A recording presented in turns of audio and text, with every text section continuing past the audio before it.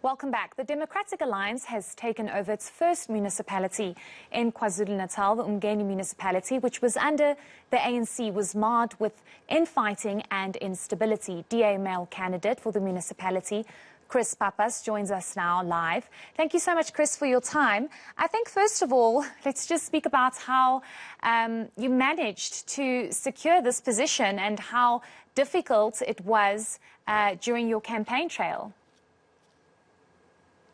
Thanks very much for the opportunity, and good evening to you.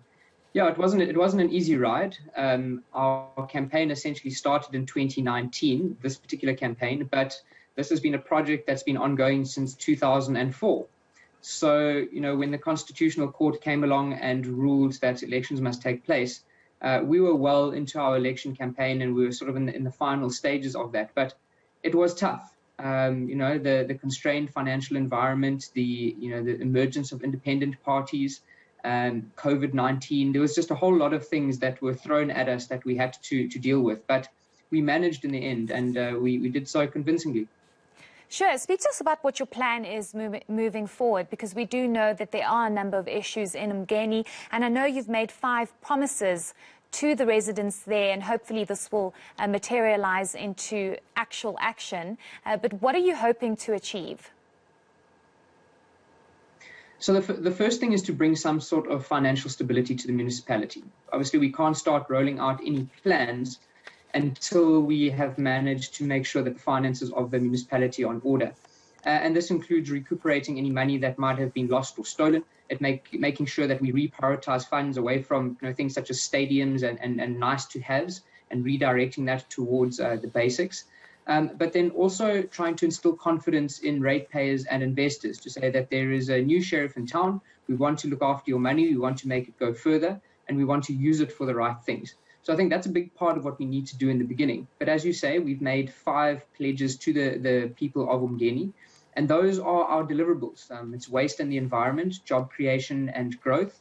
We want to see safer communities, infrastructure investment, and then the last one is a transparent and responsive government. So around those 5 key pillars, we want to then build an administration and build a municipality that is able to deliver to every community in the uMngeni municipality. Before we move into other issues that possibly need to be addressed, I'm just curious to know what kind of person Chris Pappas is, because I understand that many would say that you are fluent in isiZulu, and this could possibly have been something that lured the electorate in to say we could possibly relate to him and to the area that he's in. So yeah, I do think it played a part in our campaign and our success. When you are able to communicate with someone in their own language, it really does help. And we come from a very unique set of circumstances here in the Midlands. We are largely rural, so I'm able to communicate with people who I grew up with in a type of language that emotionally connects with people, which is important because you need to build trust with not only your current base of voters, but you need to expand to share your vision and your ideas with new groups of voters, which was really helpful.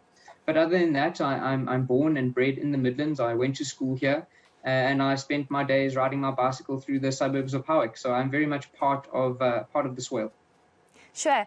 Just speak to us about your overall sense. I know that you are the male candidate for uMngeni, and I'm curious to know what your sense and response is to what happened in KwaZulu-Natal in July and the looting. Of course, it's had serious ramifications for that province and the country as a whole. So I don't have to go into the economic factors that's come from there. I'm sure we all know the devastation's called on businesses and the economy. But I think there's another important aspect that we haven't looked at or properly haven't unpacked, and that's the social impact and what it's done to the fabric of our society. We saw people from across racial lines, ages, different geographies, business backgrounds coming together when there was essentially no government. And I think that has had an impact on people's psychology going into this election, knowing that there's more that we need to do as communities because government is able to do less and less. And I think that has really changed a number of people's minds here in uMngeni, at least, to say, well, the government that we had wasn't there for us in our time of need.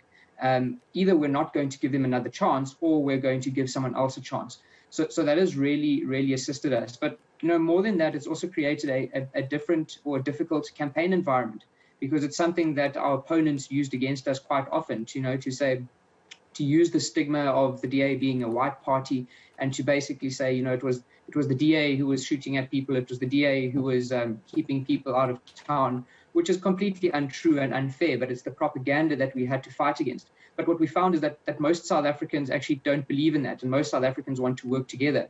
So in a way, it galvanized our campaign to say, how can we continue this trend of rebuilding our province and rebuilding our town, and what is the vehicle best suited to do that? And in our case, it was the Democratic Alliance. What are your views on the fact that those posters up in Phoenix were heavily criticized, and that many people were saying the DA was completely insensitive as to what truly transpired in Phoenix? I think I disagreed with those banners from the outset, but the English language on those posters was not necessarily incorrect, but the context and the feeling that those posters created was not what was taken into consideration. And the party apologized for that, and we moved on from there. But importantly for us in uMngeni, what we made sure is that we distance ourselves from other campaigns, and we did that throughout the campaign period. We said, this is a local government election about local issues. And we built a proverbial wall around us in terms of communication, in terms of our campaign.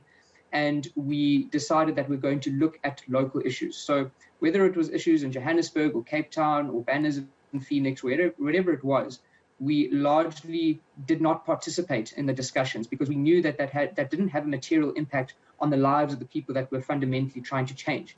It was about the water and the taps, the electricity, the potholes in the road. It wasn't about banners or a national narrative that was taking place around us. And we managed to insulate ourselves largely from those sorts of discussions. What would you say to former DA members that are heavily criticizing the leader of the party? I think I would ask them to take a step back and have a look at what John and his team at a national level have managed to do. The 2019 campaign was, I've been involved in a number of campaigns now, and the 2019 campaign in particular was all over the show. We had very poor communication. The messaging was everywhere. The internal structures of the party were dismantled and replaced with something new. And in a very short space of time, John has managed to come in with his team and put that back together and increase from our 2019 election results, which I think is, we need to give him credit where credit is due. Yes, of course, there's still things that we can improve on, and there's things that we can do better, but we're a big organization, and we're an organization that's trying to do what is almost impossible in the South African context, and that is to build that dream of a united South Africa. And just like at home, when we have arguments and debates with our family members about different issues, we know that at the end of the day, we're going to leave those discussions much better for it and moving in the same direction. And I think that's the DA. The DA is an organization that has tough debates that other people are not having in this country. And once we're finished with those debates, we move on much stronger than we were before towards a vision where everyone can work together and live in a South Africa where we all prosper. You are one of the youngest mayoral candidates, and I'm just curious to know what your views are with regards to the low voter turnout that was experienced in the 2021 local government elections, specifically the youth not coming out to vote. I don't think the youth sees the relevance of democracy or the relevance of their vote.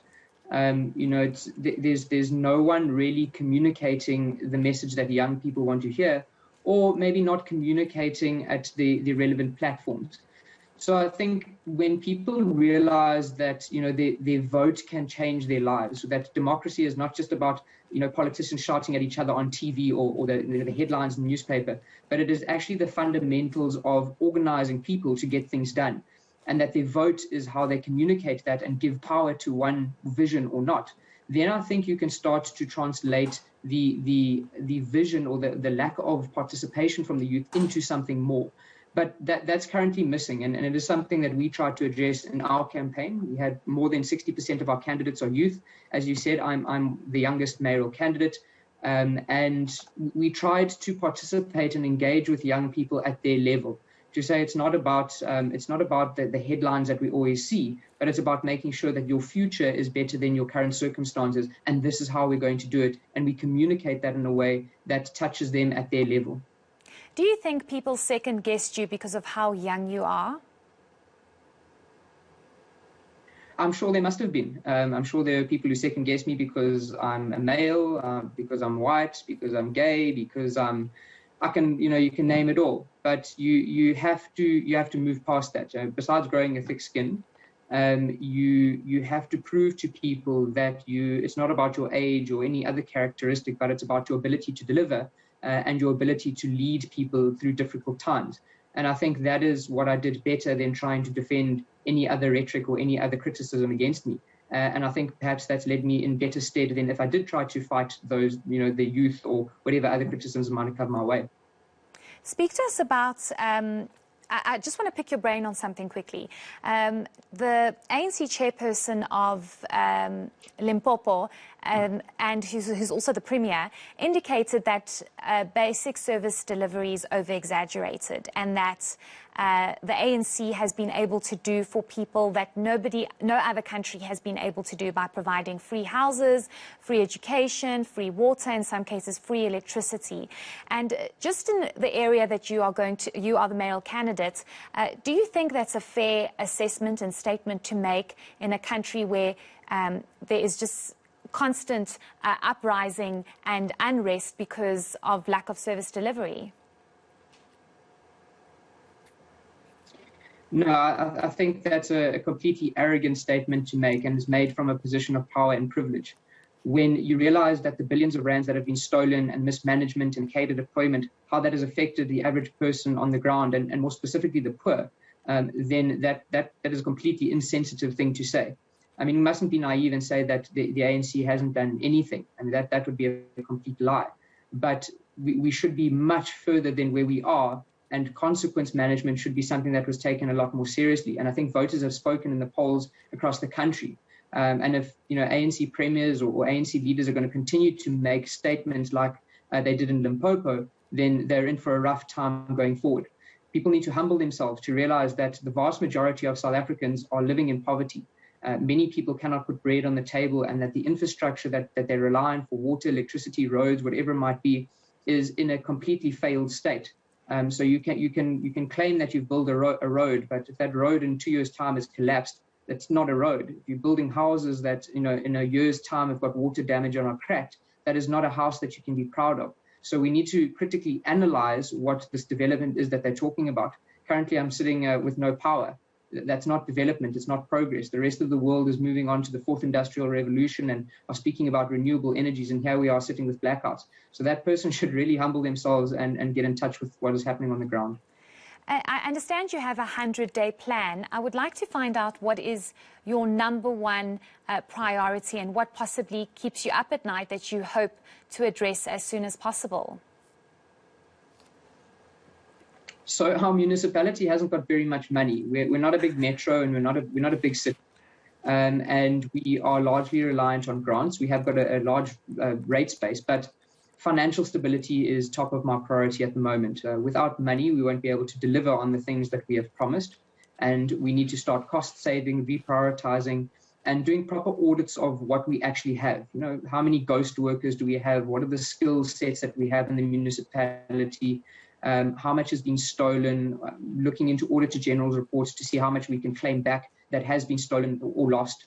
But it's those sorts of things that I would like to focus on in the first 100 days to really set a good grounding for what we have planned in the future, which is really centered around growing tourism, growing the agricultural sector in our area, and making sure that people want to invest. I want people to come to KZN and then straight for the KZN Midlands and say, that is a stable government, that area is clean, that government delivers. Let us build our businesses there. Let us build our factories there. Let us grow our small businesses and create employment through that mechanism. But we have to get the basics right first, and we have to get an administration that has a culture and an ethos that is ready to willing and ready to serve the people of uMngeni. Great, thanks so much for that. We'll definitely be checking in with you, not in 100 days, but possibly 50 or so, to see if you are making any progress in uMngeni. That's DA mayoral candidate for the DA mayoral candidate, Chris Pappas, joining us from KZN.